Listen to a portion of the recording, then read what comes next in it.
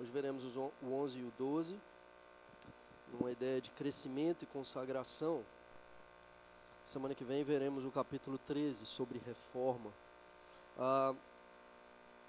Semana passada, então, os capítulos 8, 9 e 10, nós já temos estudado o livro de Neemias, e no capítulo 8 nós vemos quando, após a edificação dos muros, quando os muros estão edificados, há uma pausa na obra, há uma pausa no prosseguimento, no sentido de dar continuidade à reconstrução da cidade, ao repovoamento, a tudo isso. Na verdade, agora eles percebem que se eles continuassem e simplesmente dessem prosseguimento a tudo como eles estavam vivendo, as coisas iriam de mal a pior. Eles estavam distantes do Senhor e eles entendem isso. E Deus então gera um avivamento no meio do povo de Deus, de modo que no capítulo 8 nós temos os próprios judeus buscando a lei do Senhor, pedindo para que Esdras lesse a lei do Senhor, e durante um período de 6 horas a lei do Senhor é lida para eles. Depois no dia seguinte eles leem de novo por mais 6 horas, e durante todo esse tempo então buscando a lei do Senhor. E vimos no capítulo 8, verso 8, que eles leram no livro da lei de Deus claramente, dando explicações de maneira que entendessem o que se lia. E porque eles compreenderam a palavra do Senhor, diz o verso 12, que todo o povo se foi a comer e beber, e a enviar porções e regozijar-se grandemente, porque tinham entendido as palavras que lhe foram explicadas. E então eles obedecem à palavra do Senhor, eles percebem que desde o período dos juízes, a festa dos tabernáculos não estava sendo cumprida, então eles realizam a festa dos tabernáculos. No capítulo 9, depois de uma volta à lei do Senhor, nós temos então a lei do Senhor, em seguida a busca em oração. Eles não apenas buscam conhecimento da palavra do Senhor, mas agora, uma vez que eles conhecem a palavra do Senhor, eles oram. E a sua oração é baseada na palavra do Senhor. Veja que eles vão desde Abraão, desde o chamado de Abraão, depois passando então pelo povo no Egito, eles vão se lembrando disso e se lembrando das misericórdias do Senhor, do que Ele havia feito na história de Israel. Então eles vão orando e dizendo: Senhor, o teu povo se voltou as costas contra o Senhor, apesar do Senhor ter tirado eles do Egito, mesmo assim eles foram de dura serviço. O Senhor os sustentou no deserto, mas por causa da tua grande misericórdia o Senhor não os consumiu. Quando então eles se voltaram para o Senhor os perdoou. E aí eles vão dizendo, no período dos juízes, durante todo esse período, por causa da tua grande misericórdia, então eles confessam o seu pecado e falam: Senhor, nós temos pecado contra ti, assim como os nossos pais, nós também agimos como os nossos pais, tem misericórdia de nós. E no capítulo 10, depois dessa oração, e vimos que a confissão não deve ser simplesmente de boca, ela tem que levar uma atitude. Nós temos a aliança do povo com Deus. Eles fazem um pacto, eles se colocam debaixo de uma aliança, sob a possibilidade de receberem punições, né? Então, o que o texto diz é isso, que eles se colocam debaixo desse pacto, e eles estabelecem que iriam cumprir a lei do Senhor. Eles não se casariam com os outros povos, não dariam suas filhas e nem tomariam dos filhos dos outros povos, que eles seriam dizimistas fiéis, que eles guardariam o dia do Senhor, que eles cumpririam a lei, amando o Senhor. Então chegamos no capítulo 11, agora, depois desse avivamento, dessa volta para a palavra, a oração e a aliança, agora então nós temos o repovoamento, o crescimento da cidade. Agora eles podem prosseguir. Veja então o que diz capítulo 11, versos 1 e 2. Os príncipes do povo habitaram em Jerusalém, mas o seu restante deitou sortes para trazer 1 de 10, para que habitasse na santa cidade de Jerusalém, e as 9 partes permaneceriam em outras cidades.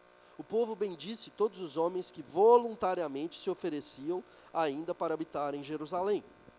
Agora então nós temos uma necessidade de reconstrução, de continuidade. A vida continua.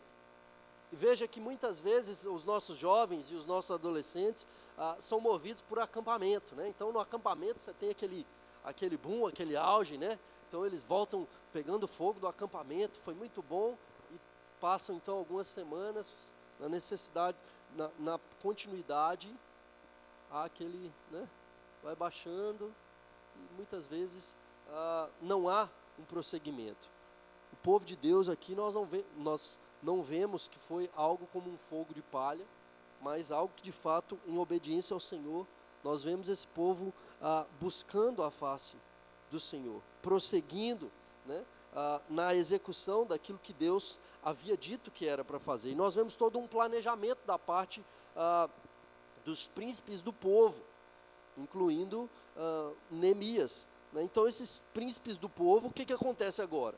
Depois de tudo isso, depois de todo o trabalho que foi realizado, habitar em Jerusalém era algo necessário para a reconstrução da cidade, para que ela de fato tomasse porte, para que ela pudesse verdadeiramente ser a capital de Israel.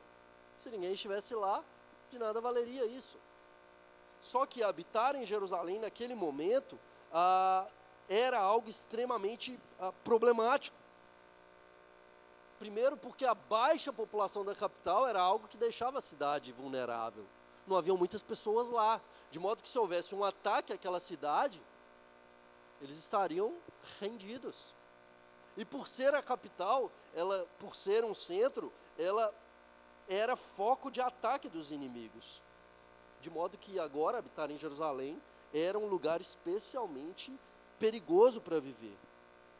Morar afastado de Jerusalém, nas suas próprias vilas, de fato, eles estariam também em menos pessoas, mas eles não seriam o foco e daria tempo deles fugirem, deles poderem se afastarem.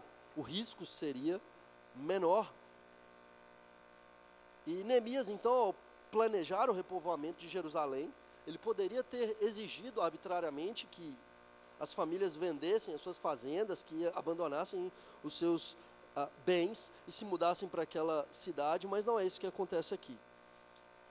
Em primeiro lugar, então, na década de 50, quando Brasília foi construída, então Juscelino Kubitschek decidiu transportar a capital do Brasil, do Rio de Janeiro para Brasília, no centro do país. O que acontece então? Muda-se para lá os líderes, os governantes. E o que acontece muito antes aqui em Neemias? É isso que acontece, os príncipes do povo habitaram em Jerusalém. Todos os governantes vão então habitar em Jerusalém. Nós vemos eles dando o exemplo, eles se colocando em primeiro lugar como patriotas e abnegados, indo em primeiro lugar e dando exemplo para o povo. Muitas vezes, talvez, sem poder colher os bons frutos de habitar naquela cidade, uma vez que ela estava apenas começando. Futuramente, ela se tornaria novamente uma cidade grande, mas naquele momento exigia abnegação. Conta-se a história de um idoso que estava plantando uma árvore frutífera, e um jovenzinho, vendo-o plantar aquela árvore, ele pergunta: o que o senhor está plantando? E ele responde: eu estou plantando uma árvore frutífera. E daqui a cerca de 20, 30 anos, ela vai se tornar uma grande árvore e vai dar muitos frutos. E o jovem, então, ele fica consternado com aquilo, e ele questiona: mas só daqui 20, 30 anos? O senhor jamais poderá comer frutos dela? Por que está plantando, então? E o idoso responde: se todos pensassem assim, jamais teríamos nenhuma árvore frutífera hoje. Hoje nós não comeríamos frutos de árvores que foram plantadas no passado. E nós somos chamados a plantar árvores, a seguir a palavra de Deus, realizando boas obras, não de forma egoísta, não de forma para que nós colhamos, mas para que as nossas gerações, para que os nossos filhos possam ser abençoados. O povo de Israel, nesse momento, está seguindo a palavra de Deus para que as próximas gerações fossem abençoadas. Muitas vezes as gerações de hoje pensam nelas mesmas. O que acontece? Homens fortes geram tempos bons, diz um certo ditado. Os tempos bons geram homens fracos geram tempos difíceis. Então, nós somos chamados a nos voltar para a palavra do Senhor, para educar os nossos filhos, para pavimentar o caminho, para que eles possam trilhar e ser abençoados. Então, esses líderes vão, e alguns voluntariamente, se oferecem para habitar em Jerusalém, seguindo o exemplo dos líderes. Veja quão importante é de fato o exemplo dos líderes. E mais então, agora eles estabelecem uma estratégia, uma dinâmica interna, onde eles fazem essa ação pública, onde eles deitam sortes para trazer 1 de 10 para que habitasse na santa cidade de Jerusalém. Veja a ênfase na santa cidade de Jerusalém, porque essa cidade é diferente das demais, ela é santa. Deus separou essa cidade, ela é especial. Nela, então, reinaria o Messias, nela seria levantado o Messias, e nela ele vai reinar para todos sempre. Cristo é levantado nela, na sua primeira vinda, quando é crucificado em Jerusalém, e nela ele vai reinar para todos sempre, na Nova Jerusalém, onde habitaremos com ele para todos sempre. Mas essa cidade é santa, é separada, é para o Senhor, e nessa santa cidade iriam 1 de 10. E como que eles fazem? Por meio de sortes que eles lançam. E lançar sortes nas Escrituras é basicamente mostrar uma submissão à vontade de Deus. Provérbios 16:33 diz o seguinte: a sorte se lança no regaço, mas do Senhor procede toda decisão. Então, quando a sorte era lançada, o que eles estavam dizendo? Nós não vamos escolher quem vai. Nós vamos lançar sortes aqui e Deus é quem vai conduzir o processo. E Deus é quem estará à frente. Eles estão submissos ao Senhor, eles têm uma estratégia de repovoamento e em obediência ao Senhor. Reconhecendo que é a cidade santa. E com alegria, o povo bendisse aqueles que estavam indo. Estava abençoando-os. Porque, como diz o Salmo 46, Deus está no meio da cidade, a cidade santa, a cidade do Senhor, que é a cidade de Jerusalém, a cidade pela qual os salmos vão dizer que nós devemos orar. E na sequência, agora então Neemias estabelece esses líderes. Então nós temos aqui todos esses chefes da província que habitam nas cidades.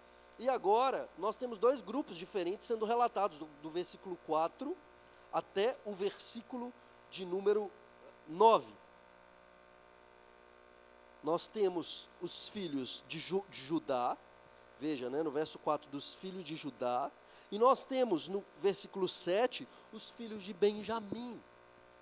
Então veja a estratégia da liderança.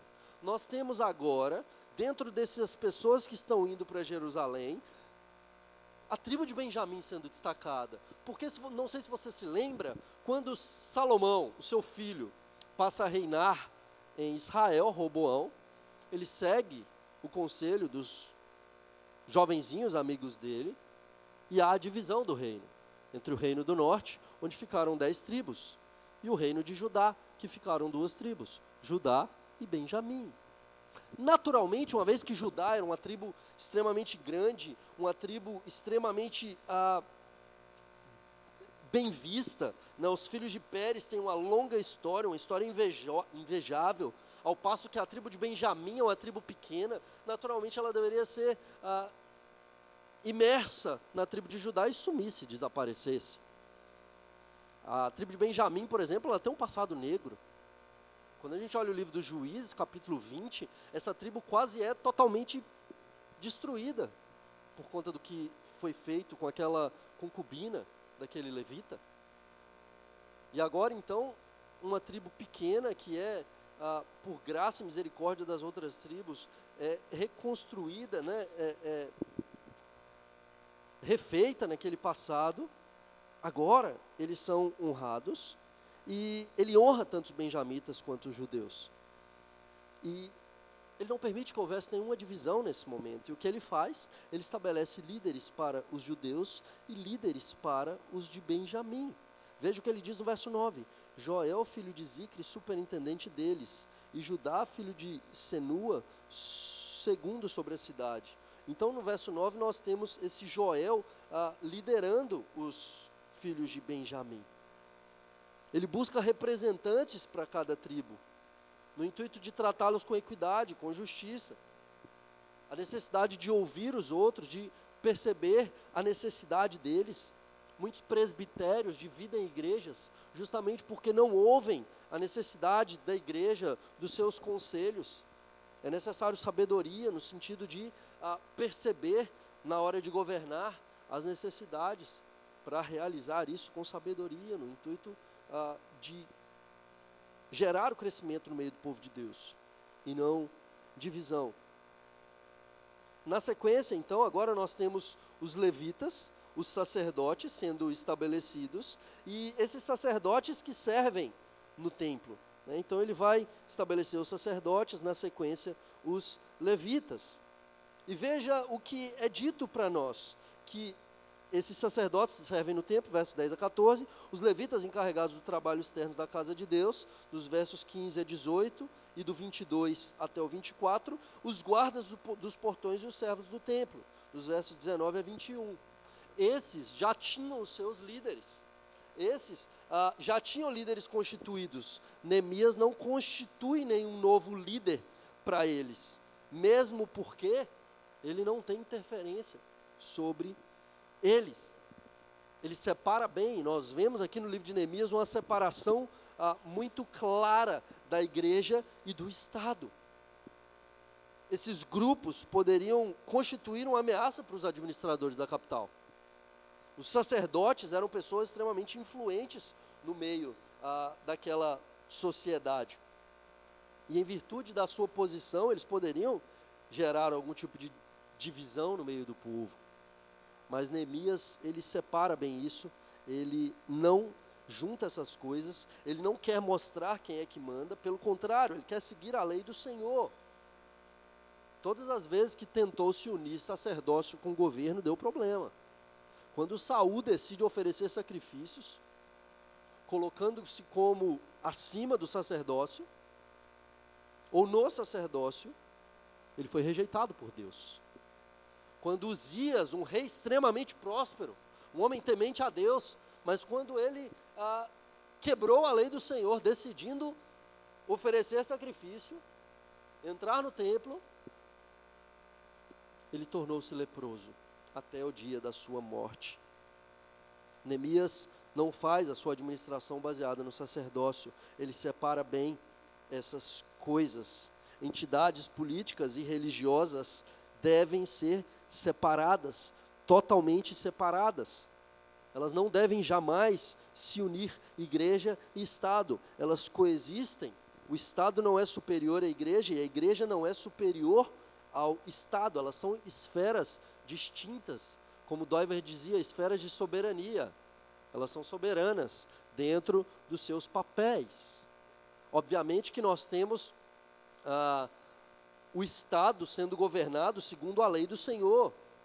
O Estado, de fato, o seu sistema de governo deve ser regulado por padrões éticos segundo a palavra de Deus, mas não regido pelos sacerdotes. Por isso o Senhor separa muito bem isso. Os governantes são da tribo de Judá, os sacerdotes são da tribo de Levi. Não se une isso. Isso vai se unir somente lá na frente. É um governo perfeito que teremos na Nova Jerusalém, para a qual aponta o livro de Neemias, o Senhor Jesus Cristo, que é rei, que é sacerdote, que é profeta. O texto continua no capítulo 12, e agora, então, depois de mostrar esse repovoamento da cidade de Jerusalém, nós temos a consagração da cidade, a consagração, a dedicação dos muros. Em Neemias 12, agora, ele começa a relatar a importância daqueles que labutaram na obra do Senhor antes, aqueles que vieram nas gerações anteriores. E ele relata, então, o nome de cada um desses, dos versos 1 até o verso 26, aqueles que labutaram antes da vinda deles, animando o povo pelo seu exemplo nobre, a vida deles pavimentando para que eles chegassem até aqui, e novamente mostrando para eles que essa geração pavimentou o caminho até ali, e agora eles estão pavimentando o caminho para aqueles que virão. Eles estão pavimentando esse caminho e apontando para aquele que virá, na expectativa da vinda do Messias que virá para reinar sobre a cidade, libertar o seu povo, estabelecer um governo de justiça, de equidade para todo sempre. E aí nós vemos a família dos sacerdotes sendo mencionadas primeiro, do verso 1 ao 21, Na sequência, os levitas e as suas famílias, do versos 22 a 26. Lembrados, então, como a liderança espiritual do povo de Deus. Na sequência, agora, dos versos 27 em diante, nós temos a consagração dos muros. Veja o que diz no verso 43. No mesmo dia, na consagração dos muros agora, o muro já está construído, mas agora então eles estão dedicando a cidade ao Senhor. A porta da cidade, os muros, implica simbolicamente toda a cidade.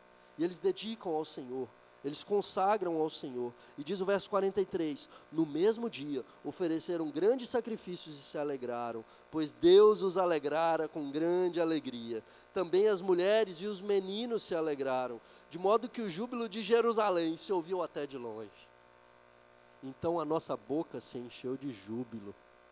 Quando o Senhor restaurou a nossa sorte, nós ficamos como quem sonha. Deus encheu a nossa boca de júbilo. E eles agora se alegram na presença do Senhor, eles louvam ao Senhor. Neemias 8:10, quando eles leem a lei do Senhor, é dito lá que a alegria do Senhor é a nossa força. Eles dizem, a alegria do Senhor é a força de vocês. E agora então eles se regozijam, porque eles sabem que o Senhor está no meio da cidade. Eles sabem que Deus está no meio deles, que Deus é quem protege a cidade desde antemanhã. A cidade está edificada. E, veja, eu já falei aqui sobre os 5 livros dos Salmos. E o 5º livro dos Salmos, ele vai retratar justamente esse período da reconstrução, da volta do exílio. Onde exatamente nós temos os Salmos apontando para isso. E é lá que nós vamos ver esses salmos dizendo que a nossa boca se encheu de júbilo, ou se o Senhor não edificar a casa, em vão trabalham aqueles que edificam. Se o Senhor não vigiar, de nada vale o sentinela estar vigiando. Agora eles sabem que Deus está com eles e que Deus é quem edificou a cidade, que Deus está no meio dela. Quando nós perdemos de vista os feitos do Senhor, quando nós perdemos de vista a lei do Senhor, nós ficamos ansiosos. Quando nós perdemos a confiança no Senhor, a ansiedade vem ao nosso coração, a falta de paz, a angústia. Mas quando nós nos voltamos para a palavra do Senhor, quando nós percebemos os feitos do Senhor, quando nós percebemos quão grande é o nosso Deus e a fidelidade dEle, quando nós confiamos nesse Deus que nos guarda e dirige os nossos passos e governa a história, nós nos alegramos independentemente das circunstâncias. Porque se você for parar para pensar, naquele momento, apesar dos muros estarem construídos, a situação não era boa não, eles estavam debaixo de perigo. Haviam poucas pessoas na cidade. Os muros estão construídos, mas não há prosperidade, ainda há fome, há grandes dificuldades. Mas eles sabem que Deus está no controle. Eles sabem que Deus é quem cuida deles. Então eles adoram ao Senhor. E veja, eles adoram ao Senhor por causa da vitória que Deus concedeu a eles. Eles dizem no verso 27... Na dedicação dos muros de Jerusalém, procuraram os levitas de todos os seus lugares para fazê-los vir, a fim de que fizessem a dedicação com alegria, louvores, cantos, símbolos, alaúdes e harpas. Então eles chamam todos para virem, na união dos irmãos. Como é bom e quão agradável quando os irmãos estão em união. Todos esses salmos estão apontados aqui para esse momento. E aí nós temos essa grande alegria no meio do povo de Deus. No verso 30, veja o que diz: purificaram-se os sacerdotes e os levitas, que também purificaram o povo e as portas e o muro. Essa adoração e essa consagração a Deus tem que ser com vida pura, com santidade diante do Senhor.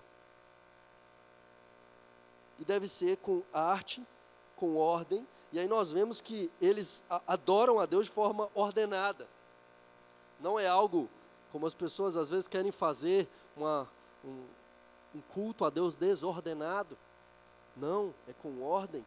E é de fato de acordo com os dons de cada um, né? Veja que o verso 8, 12:8. Também os levitas Jesua, Binui, Cadmiel, Serebias, Judá e Matanias, estes seus irmãos dirigiam os louvores. Então, tinham aqueles responsáveis por dirigir os louvores. Verso 9. Baquebuquias, olha que nome bonito aí, quando tiver um filho, né? E Uni, seus irmãos, estavam de frente deles, cada qual no seu mistério. Cada um no seu dom, naquilo que o Senhor o designou. No verso 24, foram, pois, chefes dos levitas, Asabias, Serebias e Jesua, filho de Cadmiel. Os irmãos deles lhes estavam fronteiros para louvarem e darem graças, segundo o mandato de Davi, homem de Deus, coro contra coro. Coro contra coro. Algo com ordem, algo ensaiado, algo realizado com maestria para o Senhor. Algo feito da melhor maneira, não é de qualquer jeito que adoramos ao nosso Deus. Não é porque é com alegria que o povo fala assim, com alegria, então você pode dar vontade de pular, dar vontade de dançar, de gritar, de rodopiar, de dar cambalhota. É com ordem. Veja o que diz o verso 36. Seus irmãos, Semaías, Azarel, Milalai, Gilalai, Maai, Netanel, Judá e Anani, com os instrumentos músicos de Davi, homem de Deus, Esdras, o escriba, ia diante deles. Então, tinham aqueles que estavam com os instrumentos. E por fim, o verso 42, nós temos, como também Maséia, Semaías, Eleazar, Uzi, Joanã, Malquias, Elão e Ezer, e faziam-se ouvir os cantores sob a direção de Jesraías. Então nós tínhamos um coro com um maestro, alguém que dirigia esse coro. Algo feito com ordem, algo feito da melhor maneira para o Senhor, alegria na adoração a Deus e com fidelidade nas ofertas, os versos 44 a 47. Nós temos agora então a manutenção dos sacerdotes, dos levitas, que são sustentados pelo povo de Deus. Isso é prometido lá no capítulo 10, na aliança, no pacto que eles fazem com o Senhor, e agora eles cumprem, agora eles realizam aquilo que eles haviam ditos. Nós devemos cumprir os nossos votos diante do Senhor, os nossos deveres diante do Senhor, para de fato sermos bem-aventurados. Muitas vezes nós prometemos coisas ao Senhor e não cumprimos e depois queremos ser bem-aventurados. Nós precisamos nos voltar ao Senhor em arrependimento, em obediência à sua palavra, para que de fato possamos ser abençoados por Ele, queridos. Que Deus nos ajude a seguirmos a palavra do Senhor, que é rica, que é viva, para nos exortar, para nos edificar. Tanto para que a gente consagre a nossa vida ao Senhor, para que a nossa vida se volte para Ele, para que confiemos no Senhor que governa a nossa história, que rege a nossa vida com alegria e com ordem. Que Deus nos abençoe. Vamos orar ao Senhor mais uma vez. Santo e eterno Deus, obrigado pela Tua palavra que foi lida e exposta. Nos ajude, ó Deus, a praticá-la, a vivê-la, que ela encontre morada, guarida no nosso coração. Tem misericórdia de nós, ó Deus, porque tantas vezes nós nos afastamos da lei do Senhor e não temos alegria na Tua lei. Não temos alegria, ó Deus, em cumprir os Teus mandamentos. Não temos alegria, ó Deus, em estar perante a Tua face. Restaura a nossa sorte, Senhor. Restaura, ó Deus, a nossa vida, para que verdadeiramente possamos estar consagrados ao Senhor, separados, ó Deus, para o Senhor, como um povo de propriedade exclusiva do Senhor, ó Deus, vivendo de acordo com a Tua lei, em um estado de bem-aventurança, ó Deus, conduzidos pelo Senhor, porque o Senhor está no nosso meio, o Senhor é quem nos guarda, o Senhor, ó Deus, é quem, o Deus da aliança, o Deus que cumpre o pacto no nosso lugar, para que hoje pudéssemos estar reunidos aqui, o Deus Todo-Poderoso que nos salvou, e hoje temos o Rei e o sacerdote perfeito, que nos representa e que nos media diante do nosso Deus. Nos ajude, ó Deus, a ter uma vida agradável aos Teus olhos. Purifica-nos, ó Pai. como igreja tua, para que cresçamos, para que pavimentemos o caminho para os nossos filhos, para que possamos corrigir aquilo que precisa ser corrigido, melhorar aquilo que precisa ser melhorado, acabar, ó Deus, com aquilo que precisa ser acabado. O intuito, ó Deus, de glorificar o Teu nome e viver, ó Deus, os valores do reino, para a glória do Senhor. Oramos pelos méritos do Teu Filho amado Jesus Cristo.